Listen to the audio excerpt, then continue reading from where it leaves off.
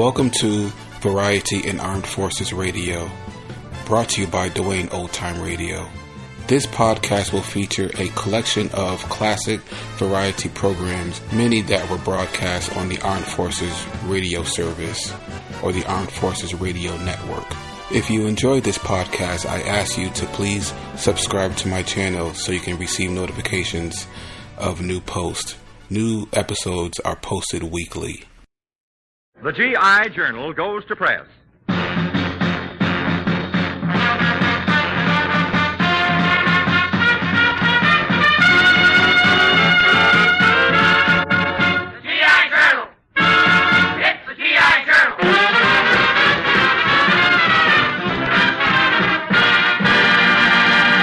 Yes, sir, it's the G.I. Journal again, your radio newspaper of the AEF, the paper that prints the best jokes and poems sent in by you men overseas. Well, men, we're back in the city room of the G.I. Journal once again, and here's your editor-in-chief for this edition, the only man in the world who's got the stork acting like a ferry command pilot, the old groaner himself, Bing Crosby. Hiya, men. Well, thank you, Harry Mitchell. It's a great kick to be back in the old swivel chair on G.I. Journal again. Heading such a promising editorial staff as Miss Lena Horne, in charge of our music page, Ransom Sherman, poet laureate and ace newscaster. We have Mel Blanc, the one-man crowd, the sad sack, and as our special guest, your old friend Henny Youngman, comedian, mimic, violinist, monologist, and nightclub entertainer. Also takes over Sunday KP for $3. And now that you know who's going to do what at you, let's turn to music, page 1, for a little thing we're offering today with John Scott the Trot and the Music Maids called Bless 'Em All. There's a troop ship just leaving Bombay, bound for the Blimey shore, heavily laden with time-expired men, bound for the land they adore. There's many a bloke who has just missed the boat. There's many a lad signing on. But there'll be no promotion this side of the ocean. So cheer up, my lads, bless 'em all. Bless 'em all, bless 'em all. The long and the short and the tall. Bless all the sergeants, the top kickers too. If you believe me, above all, bless you, for we're saying goodbye to them all. As up the gangway we crawl, no ice cream and cookies for stout-hearted rookies. So cheer up, me lads, bless 'em all. They say that in camp you can have a swell time. We've heard it all before. 5 in the morning and you're kicked out of bed to scrub up the barracks room floor. A private has really no privacy now. We're all behind the 8 ball. No ice cream and cookies for flat-footed rookies. So cheer up, my lads, bless 'em all. Bless 'em all. Bless 'em all, bless 'em all. Bless 'em all. The long and the short and the tall. Bless all the blondies and all the brunettes. Each man is happy with whatever he gets, for we're giving the eye to them all. Those who attract and appall. Bless Maggie and Susie, who's going to be choosy when you're in camp, bless 'em all. Privates and generals, big and small. When you're in camp, bless 'em all.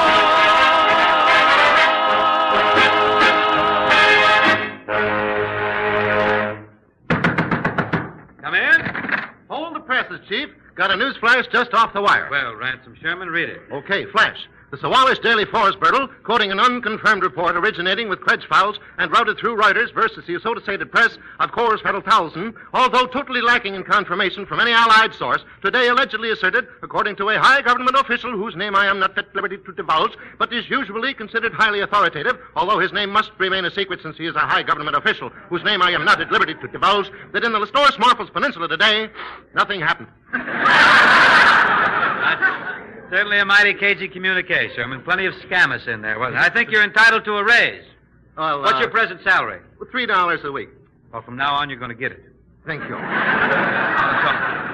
Tell me, High Bracket, what's with the poetry corner for this week? We received one poem that is nothing less than epic, a few that are distinctly masterpieces, several extremely salutary efforts, and a couple that are workmanlike. Workmanlike? Yes, you know, stinkers. Well, hit us with the epic, Rance. Very well. It's from Seaman Second Class Joe Barlby, care of Fleet Post Office. Epic. If Little Red Riding Hood lived today, the modern girl would scorn her. She only had to face one wolf, not one on every corner. Hope gets around, doesn't he? However, men, G.I. Journal will continue to print up the best of your poems each week, whether they contain a reference to old Reet Beak or not. Love that Reet Beak. Reet Beak. Thank you, Lord. Just address your odes to G.I. Journal, Armed Forces Radio, Los Angeles, USA. And now then, Rance, my boy, I use the word boy loosely. Did you run that ad in the morning paper like I told you to? Yes, this is it right here. I'll read it to you. Wanted, literary editor for G.I. Journal. Must be brilliant, intelligent, energetic young man with high scholastic attainments. Student of the classics and highly developed aesthetic and cultural background. Salary, no object. Salary, no object? Oh, that's just a phrase. It means object, no salary. That's certainly confusing enough to stimulate interest, Rance. And while we're waiting for the applicants to stream in, we turn to the horoscope column where we see right plumb at the top, September song. This is for Corporal F.R. Briggs at APO 980.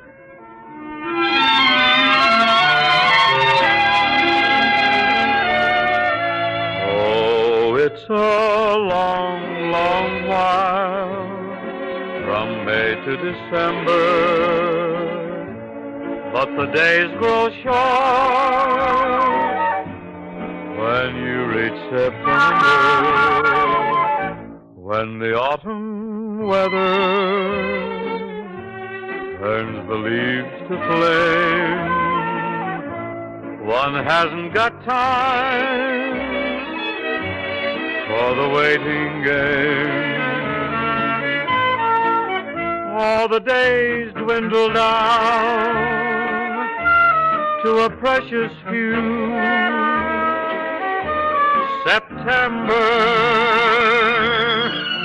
November, and these few precious days I'll spend with you.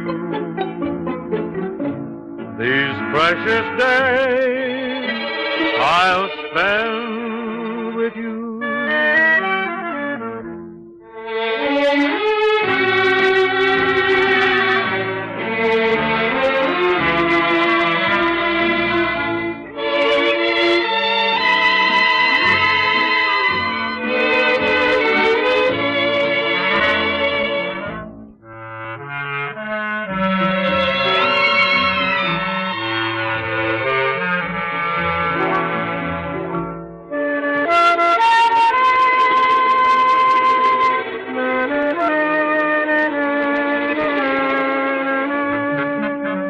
The days dwindle down to a precious few. September, November, and these few precious days I'll spend with you. These precious days I'll spend with you.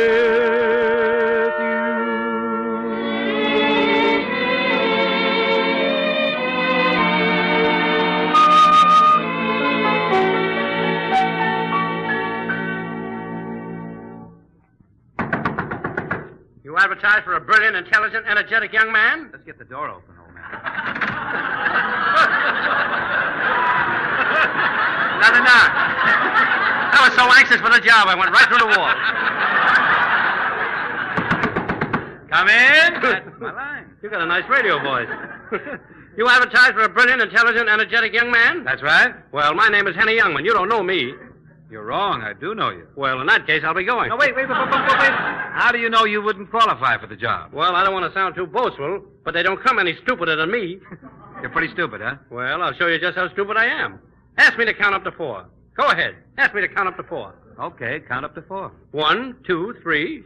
What about 4? Never heard of it. Did you ever go to school? Why, certainly I went to school. I went to college. I made BS, AB, LLD, and UW. UW? Yeah, unsuccessful wolf. You've done a good deal of reading, Henny. All my life. Why, would you believe it? When I was a child of 6, I used to sit on my governess's lap and have her read to me. How long did you keep that up? Till I was 32. Glad you finally decided to quit. Well, I had her. I had her lap worn right down to the upholstery. But you still go on with your reading, I Yeah, hope. why, only this week I finished reading The Life of Grant and The Life of Lee. The Life of Lee, huh? Which one, Robert E. or Light Horse Harry? Gypsy Rose. Tell me, how long were you in school altogether? You mean counting the year I was in kindergarten? Yeah. Well, 1 year. And what is your present occupation, Henny? Well, I'm in the gasoline business. Oh, the gasoline business. Yes, huh? I siphon and my brother squeezes. What does your brother squeeze? Me? He wants to make sure I'm not holding out on him. How about dropping over to my garage and throwing in a small burp, huh? Ethyl or regular? Just get the lead out, that's all. Just one more light question, Henny, before I decide not to give you this job. Are you married or single? Well, this is confidential, Bing, but Ann Sheridan and I are engaged to be married. Oh, really? Yeah, but don't spread it around. So far, only the two of us know about it. Oh, just you and Ann, huh? No, just you and me.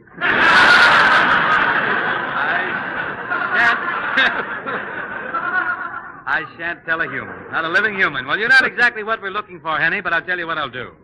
I'll give you a crack at the job anyway. Swell, I'll take it. You understand, of course, the job entails quite a bit of hard work. I'll take it. Means a lot of research work at night. I'll take it. You won't have time to go out with any girls. Which way is the nearest pool room?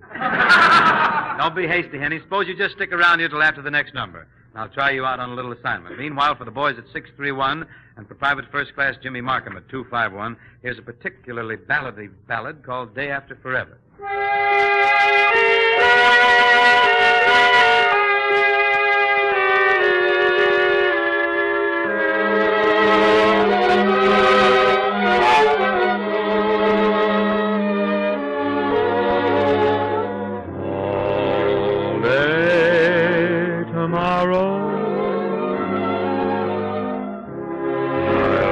Whispering your name, and the day after forever,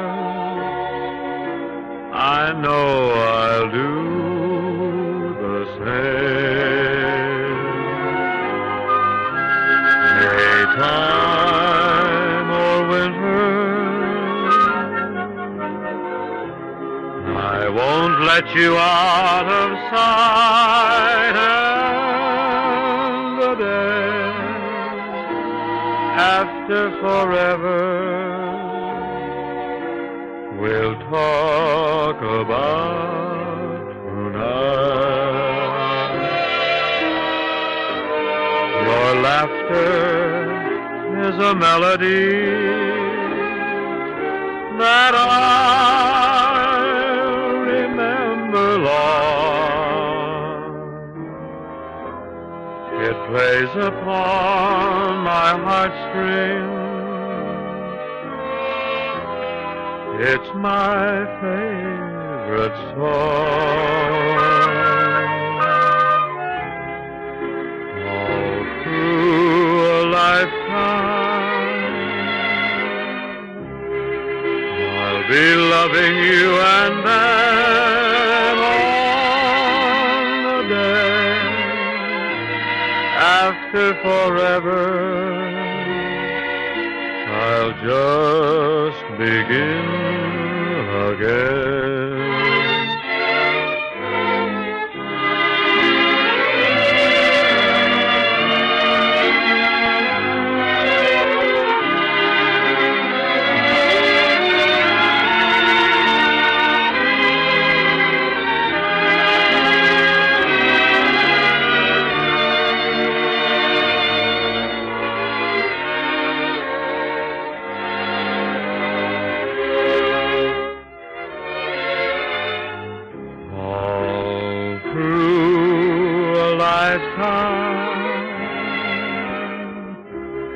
I'll be loving you, and then on after forever, I'll just begin again.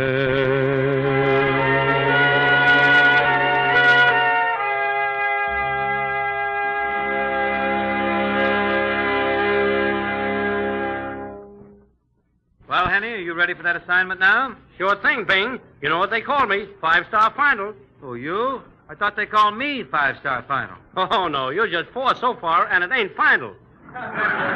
Who is this kid, Sinatra on stilts? Look, your assignment is waiting for you in the next room. It's Lena Horne. Lena Horne? Yes, sir, and I want an interview. Now get in there and get it. Okay, boss. Hello. Hello, Lena. The boss sent me in for an interview. Are you ready? Sure. All right, let's begin at the beginning. I was born in New York in 1911. My mother and father always wanted a child. Then I was born. They're still trying. When I was 8 years old, I ran away from home. I didn't exactly run away from home. My folks took me down to Highway 66 and pointed. But I fooled them. I returned home, and when I was 14 years old, my father had a long talk with me about the birds and the bees. You know, it wasn't until I was 17 that I found out a man and a canary can't have any fun. Hey, wait a minute. Who's interviewing who? I thought you were supposed to interview me. What do I know about interviewing? I'm no reporter. I'm a violinist. Really? A good violinist? Why, certainly. People have compared me to Yasha Heifetz. They say that compared to Yasha Heifetz, I stink. You mean to tell me you've never interviewed anybody before? That's right. I wouldn't even know how to begin. Well, I'll be glad to help you. All you have to do is ask me questions. Why, that's swell of you, Lena. What kind of questions? Well, you might start off by asking me how old I am. All right, fine. How old are you? I never tell. Well, we're over the first hurdle. Now what? Now you ask me where I live. Okay, where do you live? Oh, we moved. You know this interviewing is easy when you get the knack of it? What do I do now? Well, now why don't you try to find out something about my personality? For instance, who my favorite movie star is. Okay, who's your favorite movie star? Oh, he's not in pictures anymore. Boy, what a scoop this is going to be. Now, have we left anything out? Well, you might ask me what kind of pets I have. Yeah, I might, but I don't think I will. You know, you can tell a lot about a person from the pets she has. If she likes dogs, she's one kind of person. If she likes cats, she's another. Okay, what kind of a pet have you got? Oh, my landlord doesn't allow them. Brother, when Winchell reads this, he'll be so mad he'll hit Pearson over the head with Skowski. Well, shall we continue? Or do you think you've got enough information? Oh, no, let's go on. So far, all we've covered is your age, your address, your favorite movie star, and pet.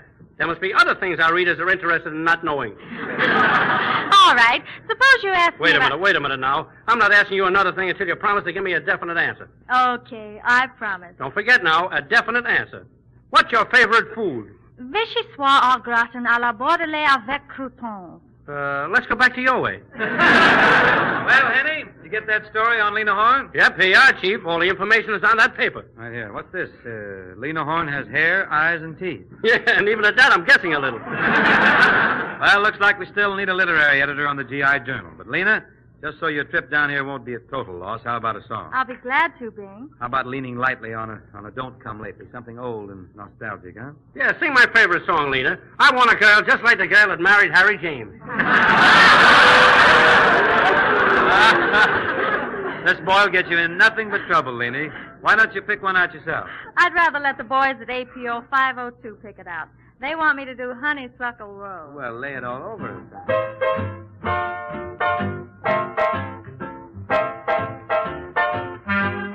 Every honeybee sighs with jealousy when they see you out with me. I don't blame them, goodness knows. Honeysuckle rose. And when we're passing by, flowers droop and sigh. And I know the reason why. You're much sweeter, goodness knows. Honeysuckle rose. I don't buy sugar. You just have to touch my cup.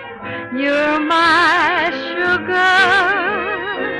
It's sweet when you stir it up. When I'm taking sips from your tasty lips. Seems the honey fairly drips. Your confection, goodness knows. honeysuckle rose. Every honeybee sighs with jealousy when they see you out with me. I don't blame them, goodness knows you're my honeysuckle rose. When you're passing by, flowers droop and sigh, and I know the reason why. You're much sweeter, goodness knows you're my honeysuckle rose. Don't buy sugar, you just have to touch my cup. You're my sugar. Gee, it's sweet when you stir it up. Oh, when I'm taking sips from your tasty lips, seems the honey fairly drips. Your confection, goodness knows you're my honeysuckle rose. Lena, we're glad you dropped in the press room of the old G.I.J. this particular evening. It was fun, Bing. Yes, and tonight we have a letter here from overseas. It's addressed to you. This certain sergeant from the 93rd Division says he knows you, and he'd like you to read his letter about his outfit. Oh, I'd be glad to. I went to school with some of these guys. He writes me, Dear Lena, we finally got what we've been looking for, action. I'm happy to report the 93rd did itself proud. That training we received back in the States is what pulled us through. Our first assignment was a Lulu. We had to go into the jungle to find and destroy enemy troops who were hiding on a ridge, which gave them complete command of a valley. We needed that valley to move forward. It took us 2 hard, long days to do the job, but we did it. We had to use every weapon and trick in the book to clear the way. The highlight of the whole action was some very fine bazooka shooting by Private First Class Wade Foggy and Sergeant Will Morey. These boys knocked out 5 Jap pillboxes with just 8 shots. That's really going some. Our boss, Lieutenant Colonel Amos, says we can hold our own with any jungle fighters in the Pacific. That's the kind of talk the 93rd thrives on. They're telling us hard days lie ahead. But we're telling you the 93rd is all set for any eventuality. You'll be hearing from us again real soon, I hope. Well, the Sarge sure said it for all of us. We take our hats off to the men of the 93rd. Remember, all of you other men, if you think you have a terrific outfit, let's hear about it down at G.I. Journal, Los Angeles, USA. Say, Chief. Yes? There's a man outside to see you. What does he look like? Well, you know Gary Cooper? Yes? I doubt if this guy does. Well, let's case this character. Run him in here. Good morning. Good morning. It's a lovely weather. It's a beautiful. Oh, what a beautiful meet. It's a gorgeous. Don't the sun ever come out here?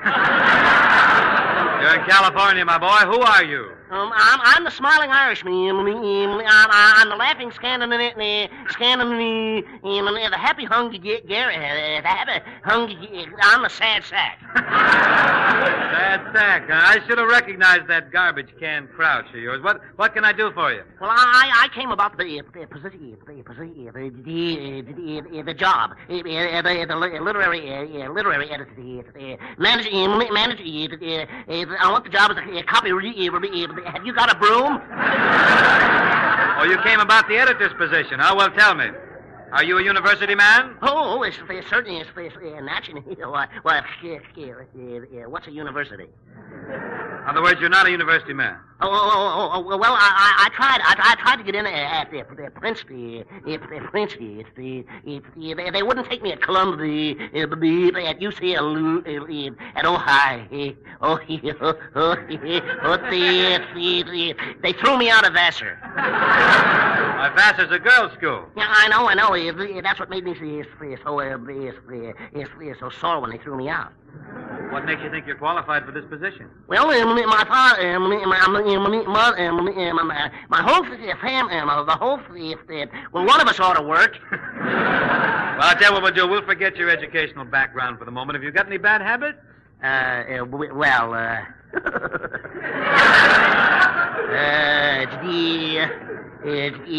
Just one. Well, what is it? Oh. I couldn't tell you. Oh, come on. No. I'm too ashamed. Oh, come on. Tell me. Well, all right. I put wet teaspoons in sugar bowls.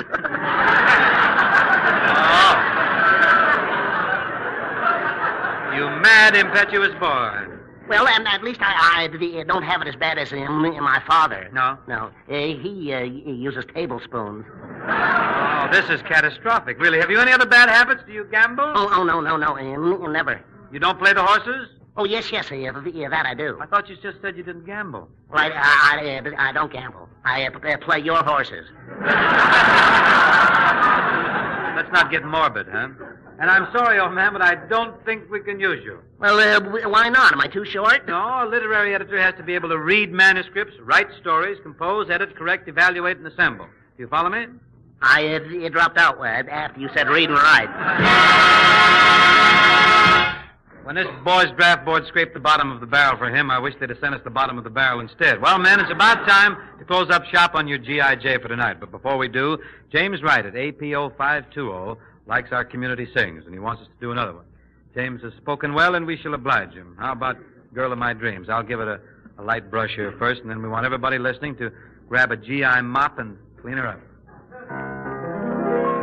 Girl of my dreams, I love you. Honest, I do. You are so sweet. If I could just hold your arms again in my arms, then life would be complete. Since you've been gone, dear, life don't seem the same. Please come back again. And after all said and done, there's only one girl of my dreams. It's you. Now, everybody, soldiers, sailors, Marines, Coast Guard, and all the feminine contingents, wherever you are, join up and let's make the welkin ring. You ready, boys? Girl of my dreams, I love you.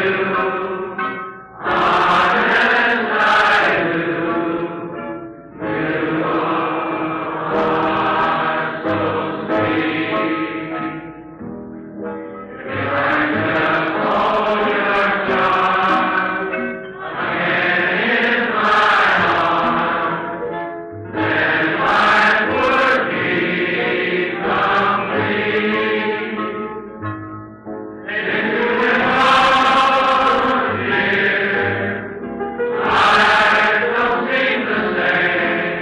You are so sweet. If I could hold your charm again in my arms, then life would be complete. If you were gone, dear, life don't seem the same. Please come back again. After all said and done, there's only one girl of my dreams.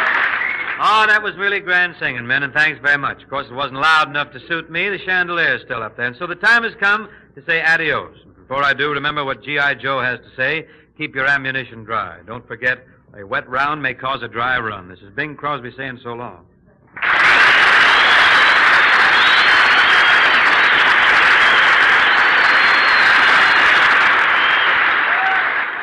Now, just a reminder, men, if you'd like to write for such stars as Bing Crosby, Henny Youngman, Lena Horne, Kay Kaiser, Bob Hope, Jerry Colon, and Linda Darnell, just send in any gag that you think will fit them, and believe me, we'll use it. This is the Armed Forces Radio Service.